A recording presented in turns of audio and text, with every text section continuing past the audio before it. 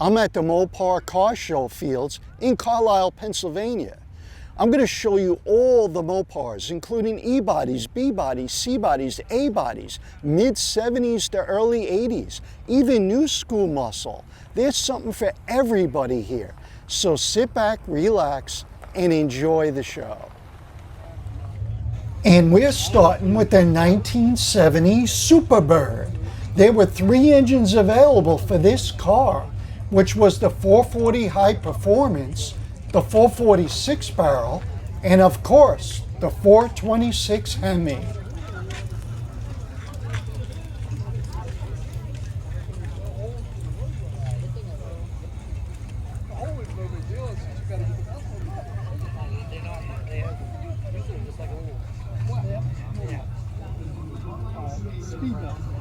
Here's another Superbird, which was based on the Roadrunner.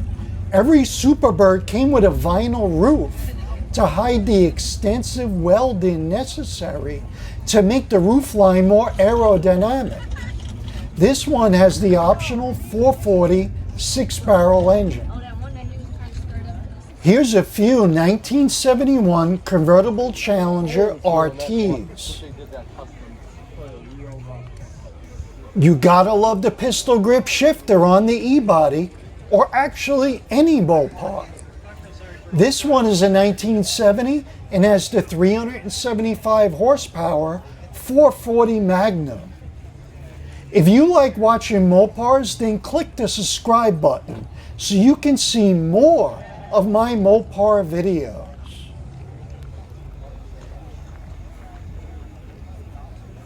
And this one is another 70 RT. A 426 Hemi bolted into a 66 Charger. 66 was the first year for both the Charger and the Street Hemi. Right. I only have this one. I never had one on that side in my car. I have, the kneeling pads they sell down there. Here's a 1968 Charger, which is easily identified by the round side marker lights.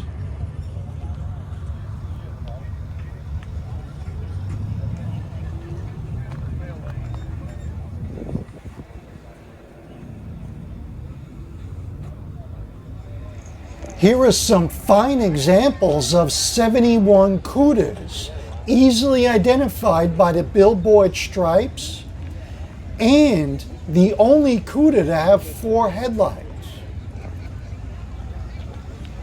This one is a 340 with the shaker hood.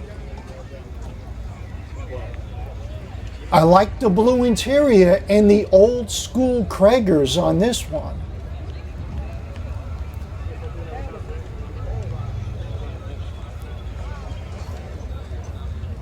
The 340 was rated at 275 horsepower at 5,000 RPM. Well, we all know it was capable of more power at higher RPMs.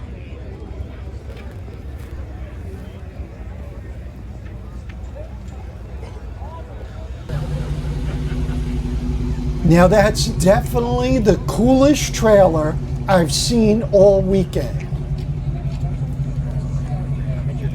This Alpine White Superbird has a 446 barrel backed up by a 4-speed.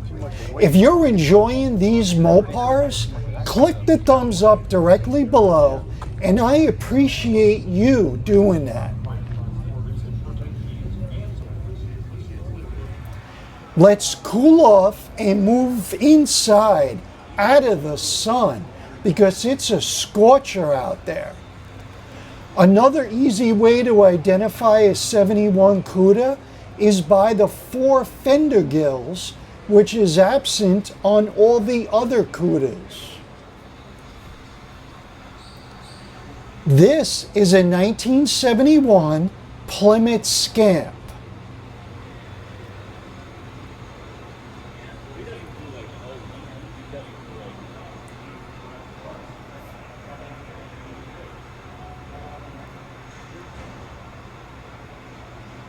A 1970 Challenger RT SE with the 440. This car was restored by Graveyard Cars and featured on their TV show.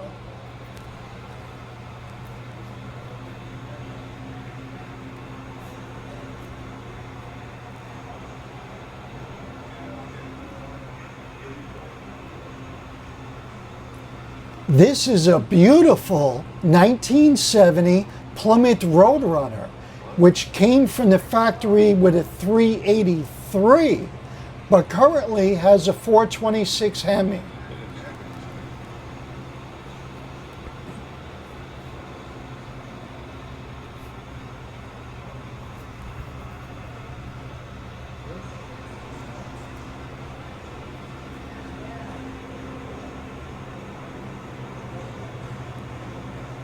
This car is a 1969 Sport Satellite convertible.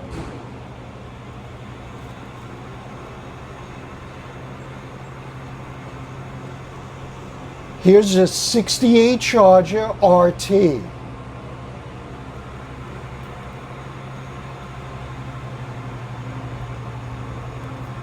This 68 Dodge Super Bee has a modern Hemi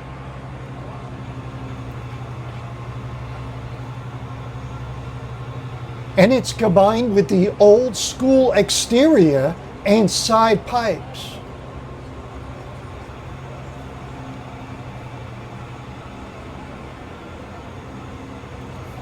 I love the color combo on this 68 Plymouth Sport Fury.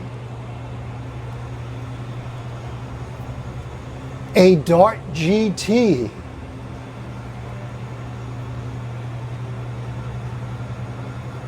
And a 67 Charger, which is easily identified by the turn signals mounted at the top of the fender at the very front. And it has the 383 4-barrel.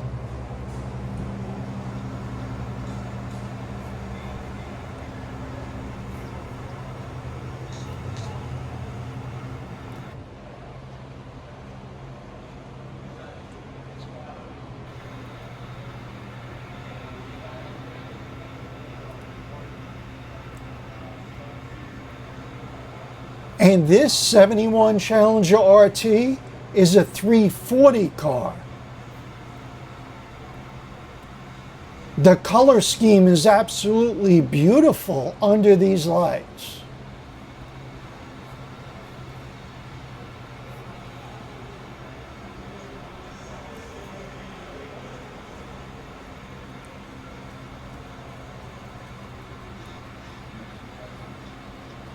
And if you're wondering what this is, it's a 66 Dodge A100 pickup that's been customized. And that's a customized Dodge Viper.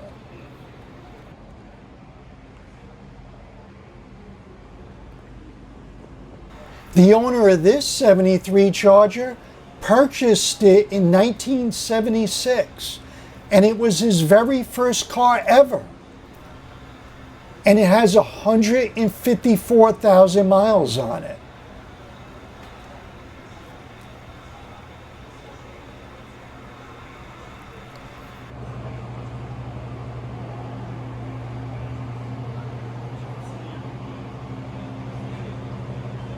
This 73 Roadrunner has a sunroof. And the 440. Back outside, and this is a special C-body. It's a 1970 Sports Fury with the S23 option. It was only available 1 year, and they only made 689 of them.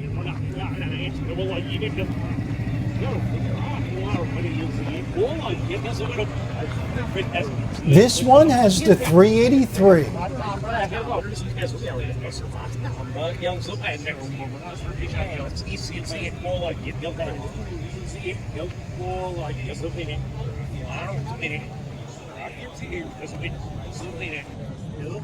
The inside is just as beautiful and sporty looking. And here's a wicked looking Duster. Much more. A must-stop this weekend on the Midway. Productions is the official and exclusive event photographer for the Carlisle Nationals car show. They are here It has a 440, and I just love this 440 wedge hood. stand for your car's picture and a variety of silhouettes, margins, and more already on the spot. Eagle Productions Photography. Under the ground. I like the lines on the 65 cars, especially this Plymouth Fury, which was considered a C-body for the first time. I'm curious, what's your vote for the best body Mopar? E, B, C, or A body? Let me know in the comments. This Inviolate Roadrunner has the air grabber hood and the 340 engine.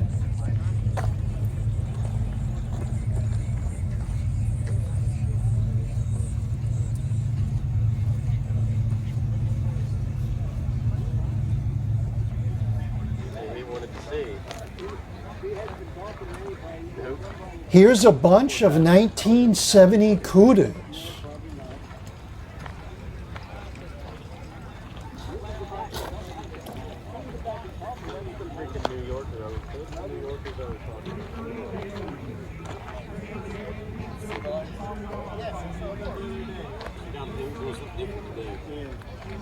Those are cool.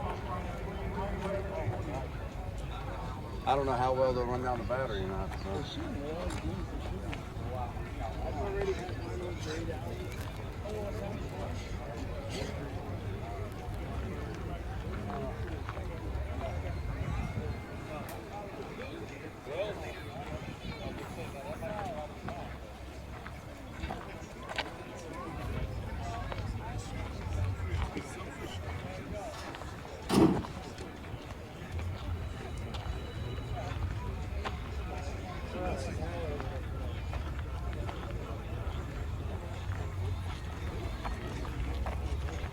This Cuda has the extremely rare mod top vinyl roof, which was short-lived and only produced for 1969 and early 1970.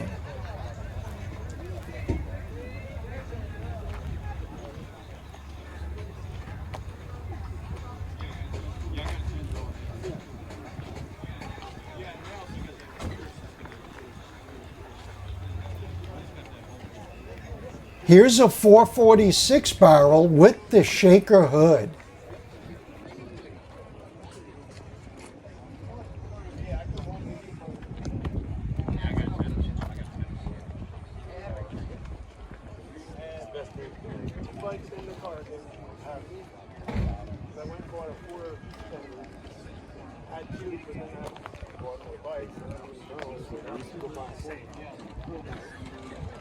Yeah, they're nice. I didn't get a I got separate ones. I didn't buy for them. And here's a few modern Challengers customized to look like old E-body Cudas. This one has the 71 taillights and the 70 AAR stripe.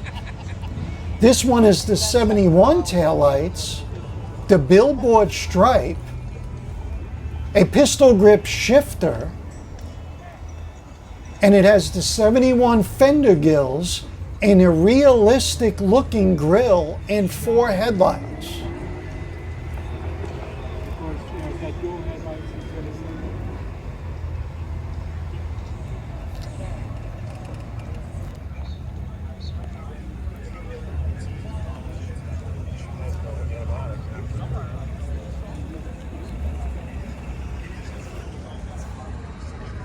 This 65 Dodge Coronet 500 currently has a 426 wedge with the cross ram and dual 4-barrel carburetors.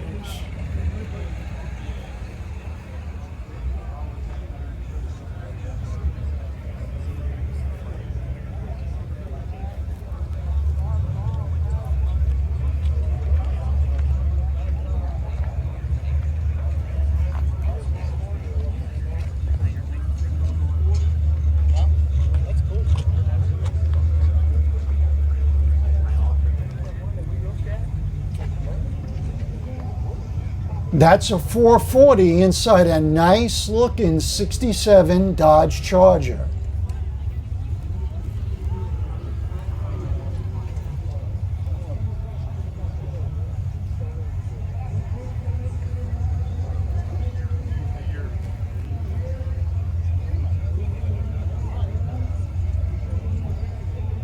And here's another Charger, but this one is a 66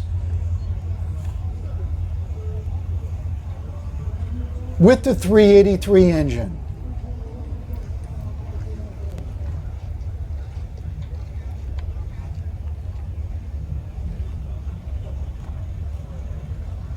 The red one is another 66, and it also has a 383.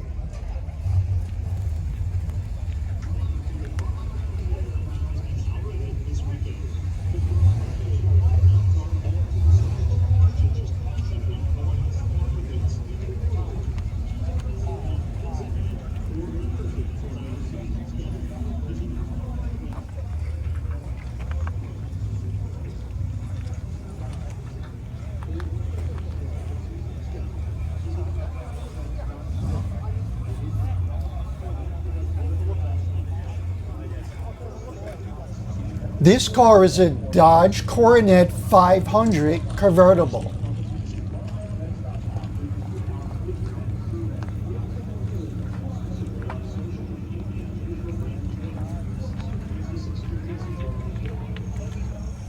And here's a line of 69 Super Bs with the twin scooped hoods. Someone snuck this 69 Roadrunner into the line, and it has a 440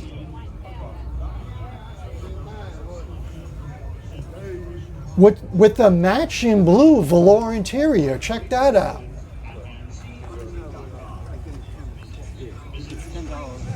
Here's some newer Roadrunners. This one is a 71 with the 340 and an air grabber hood.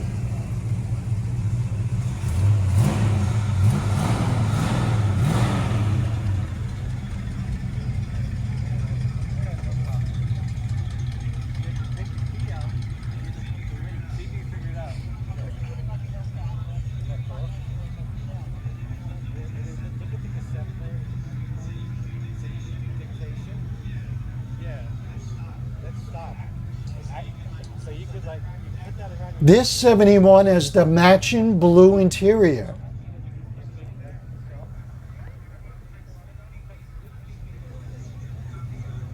And it's got the 383.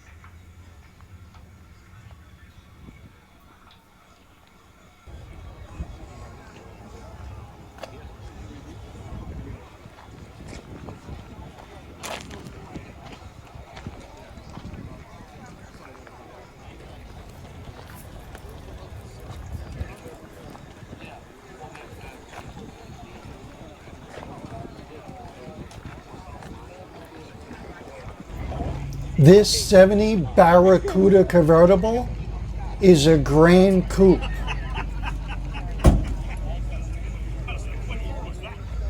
And this 65 Sport Fury was officially considered a C-body for the first time, starting in 1965.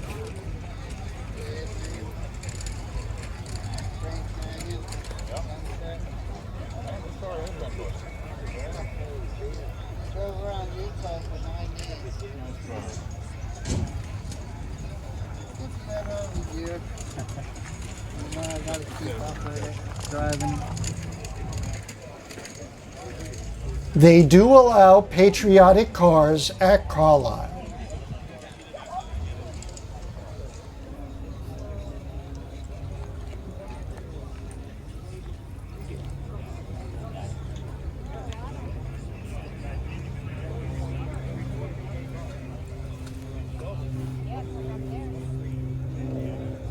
There's an SE emblem on this 71 Charger, and it's loaded with a leather interior, power windows, and a sunroof.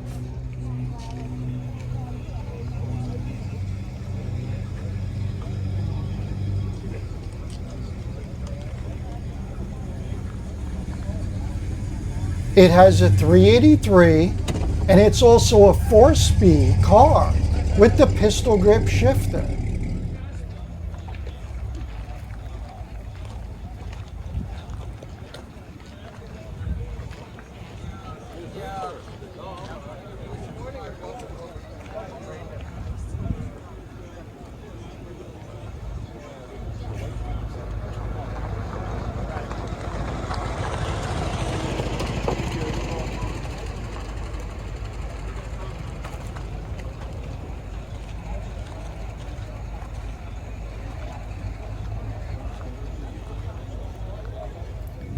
This is a nice, slightly modified 1970 Plymouth GTX.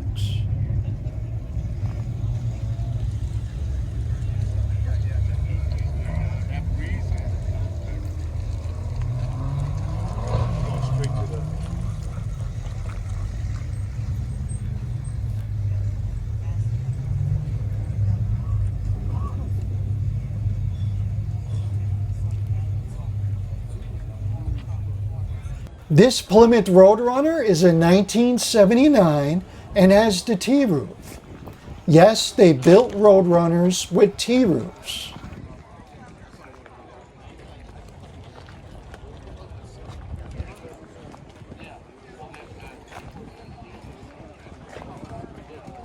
And this was Dodge's version of the Super Coupe, which was built on the Aspen body.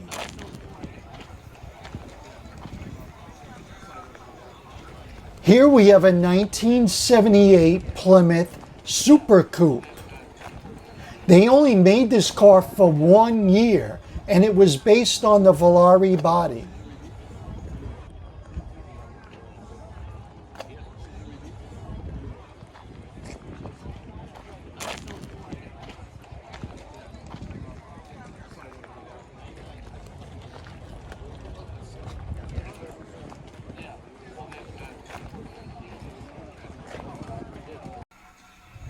At first glimpse, this appears to be a Superbird, but they didn't make them in convertible.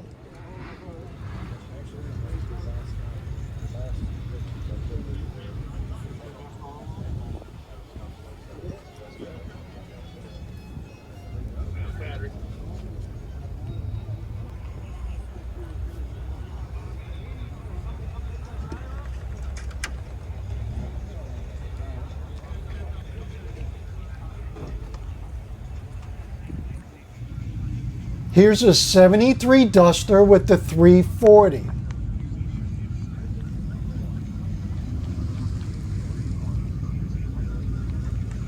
And it has that old school look with the raised rear and the Chrysler wheels.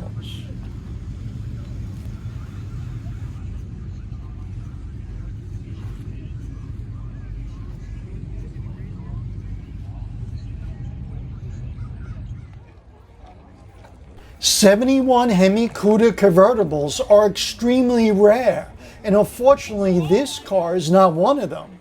It was actually born with a 318, although as you can see it's a beautiful clone.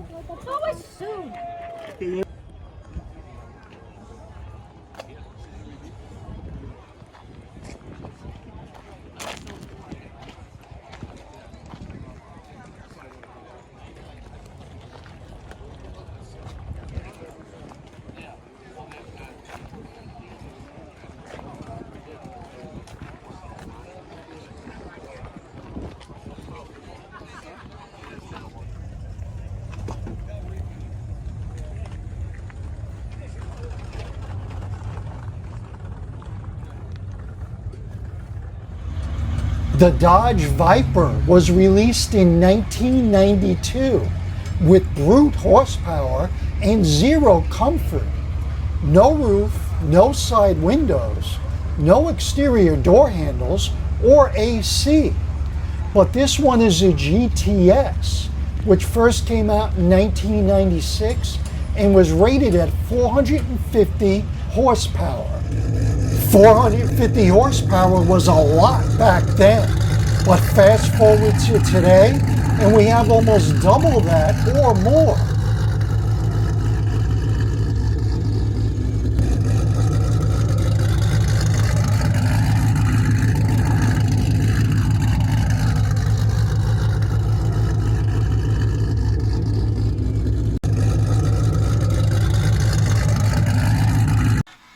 And here is the Demon 170 with over 1,000 horsepower.